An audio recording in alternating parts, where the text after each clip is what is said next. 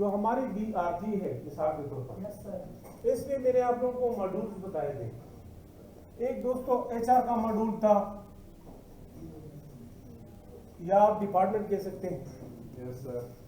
समझा रहे हैं? जी सर। दूसरा दोस्तों क्या था? एडमिनिस्ट्रेशन का था। और दोस्तों वो तो HR में आ जाते हैं ना, टेक्निकल और नॉन टेक्निकल। अगर आप इसको डिवाइड करना चाहते हैं तो जी टेक्निकल और नॉन टेक्निकल।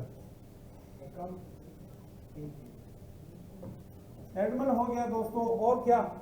फाइनेंस है।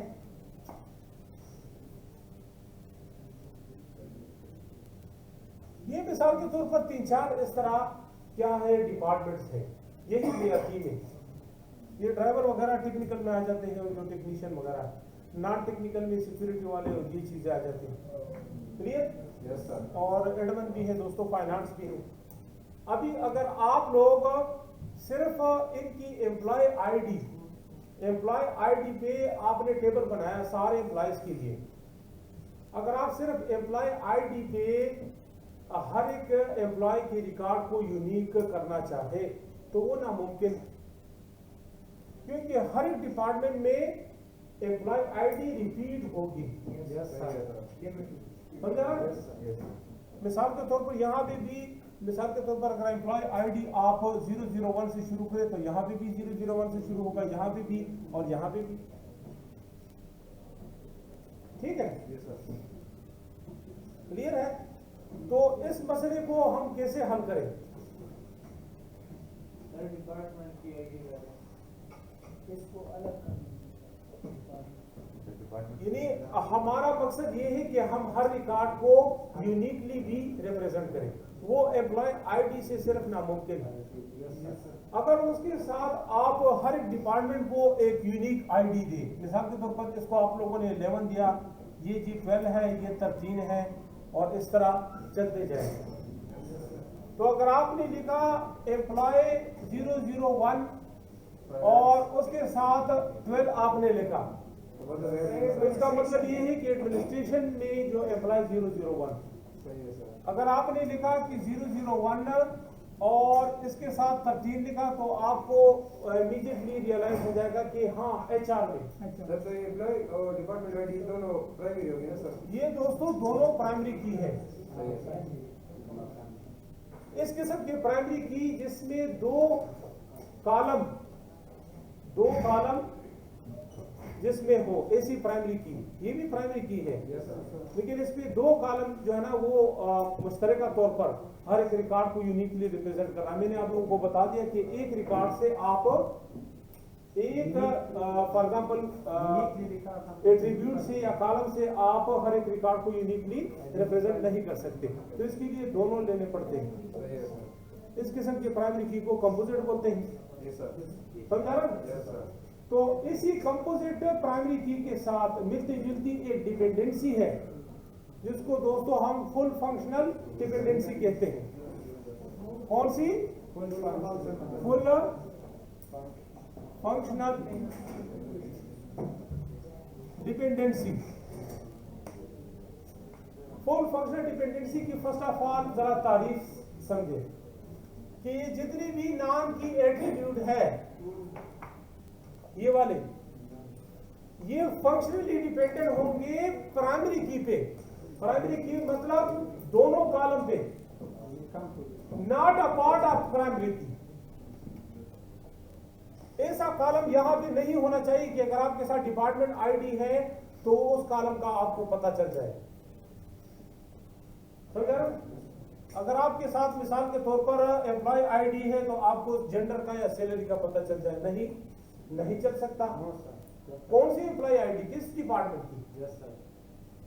तो सेकेंडरी की जितनी भी है, समझा रहा ना, सेकेंडरी की जितनी भी है वो फंक्शनली डिपेंडेंट होंगे प्राइमरी की पे, not a part of primary की। और ये मसला तब आ जाता है जब प्राइमरी की कंपोजिट हो या कंपाउंड हो। समझा ना? इस फिनोमेना को दोस्तों फुल फंक्शनल डिपेंडेंसी भी कहते हैं। अगर प्राइमरी की एटॉमिक हो, एटॉमिक मतलब कि एक कॉलम पे मुश्तमिल हो, तो वहां पे फुल फंक्शनल डिपेंडेंसी का कोई मसला नहीं आता। ये मसला तब सर उठाता है जब प्राइमरी की 2 कॉलम पे मुश्तमिल हो। तो फिर हम देखते हैं कि जितने भी नॉन की सेकेंडरी कीज हैं वो फंक्शनली डिपेंडेंट होंगे दोनों पे, एक पे नहीं। एक पे मतलब क्या कि अगर आपके साथ डिपार्टमेंट आईडी है तो आप किसी भी एम्प्लॉय के जेंडर या सैलरी को डिटरमाइन कर सकते हैं? नहीं कर सकते। समझा रहा? ठीक है। डिपार्टमेंट में तो बहुत से सैकड़ों लोग होंगे ना। तो डिपार्टमेंट आईडी से आप नहीं कर सकते, एम्प्लॉय आईडी से भी नहीं कर सकते। कि मिसाल के तौर पर एम्प्लॉय आईडी 001, तो वो कौन सी डिपार्टमेंट का 001 आप बता रहे हैं? सर उसके बाद डिपार्टमेंट आईडी लिखना पड़ेगा, ताकि उसे डिफाइन हो ना सर। मेरे भाई मैं क्या कह रहा हूं कि ये सेकेंडरी कीज ये फंक्शनली डिपेंडेंट होंगे दोनों पे, नॉट वन, एक पे नहीं। इस फिनोमेना को फुल फंक्शनल डिपेंडेंसी कहते हैं, और जिसको हम दूसरा नॉर्मल फॉर्म कहते हैं 2NF। उसमें हम फुल फंक्शनल डिपेंडेंसी इंश्योर करते हैं, यकीनी बनाते हैं। ठीक है ना? मैंने वो कारोबार का भी मिसाल दिया था कि मिसाल के तौर पर ये 2 बंदे कारोबार करें और वो कस्टमर्स को डील करें फॉर इंस्टेंस, तो वो कस्टमर दोनों के मुश्तरका कारोबार से डीलिंग करेंगे, साल बाद, 2 साल बाद, 5 साल बाद। इस तरह ना हो कि उसमें से एक की नीयत में फर्क आ जाए और वो कहे कि हाँ जी मैं आपको इंडिविजुअली कुछ मजीद डिस्काउंट दूंगा, तो आप चुप चुपा के मुझसे भी कुछ सामान उठाए। उसने अपना एक गोदाम प्राइवेट सी, दूसरे जो पार्टनर है उसको उसके इल्म में नहीं है मिसाल के तौर पर, ठीक है ना? तो जो कस्टमर है फुल फंक्शनली डिपेंडेंट फिर वो प्राइमरी की यानी बिजनेस पे नहीं है, पार्ट ऑफ बिजनेस पे है, एक के साथ राजीबाजी कर लेते हैं। ठीक है ना?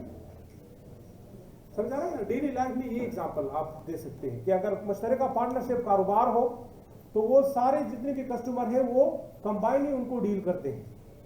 क्लियर है ना? हो सकता है उसमें से एक बंदा पार्टनरशिप में उसके दिल में कुछ इधर उधर आ जाए और वो कुछ कस्टमर को उकसाए कि मैं आप लोगों को मजीद कुछ डिस्काउंट दूंगा। समझा रहा है? और मेरे साथ प्राइवेटली भी ये जो कॉटन है या ये जो माल है ये भी उठाए। ठीक है? तो वो जो है ना फिर फुल फंक्शन डिपेंडेंट नहीं होंगे वो कस्टमर्स कारोबार पे। इसी तरह ये जो है ना कस्टमर मिसाल के तौर पर यानी आम लोग, ये फंक्शनली डिपेंडेंट अगर दोनों पे है तो इसको फुल फंक्शनल डिपेंडेंसी कहते हैं। और सेकंड नॉर्मल फॉर्म में हम क्या करते हैं कि फुल फंक्शनल डिपेंडेंसी इंश्योर करते हैं, यकीनी बनाते हैं कि सारी सेकेंडरी की एट्रीब्यूट दोनों पे डिपेंड होंगे। समझा रहे? Full function dependency second normal form समझ आ गया? सेकंड नॉर्मल फॉर्म का क्वेश्चन आ जाए तो आप क्या कहेंगे कि in second normal form we ensure full functional dependency. और अगर फुल फंक्शनल डिपेंडेंसी का फॉर एग्जांपल क्वेश्चन आ जाए तो आप क्या कहेंगे कि secondary keys full functionally dependent होंगे दोनों पे, एक पे नहीं। यस, ये कंफ्यूजिंग है functional dependency full functional dependency. समझा रहे ना? तो अगर ये फुल फंक्शनली डिपेंडेंट है दोनों पे तो इसको फुल फंक्शनल डिपेंडेंसी भी कहते हैं। क्या? सेकंड नॉर्मल फॉर्म में हम फुल फंक्शनल डिपेंडेंसी इंश्योर करते हैं। इंश्योर यानी यकीनी बनाते हैं। क्लियर?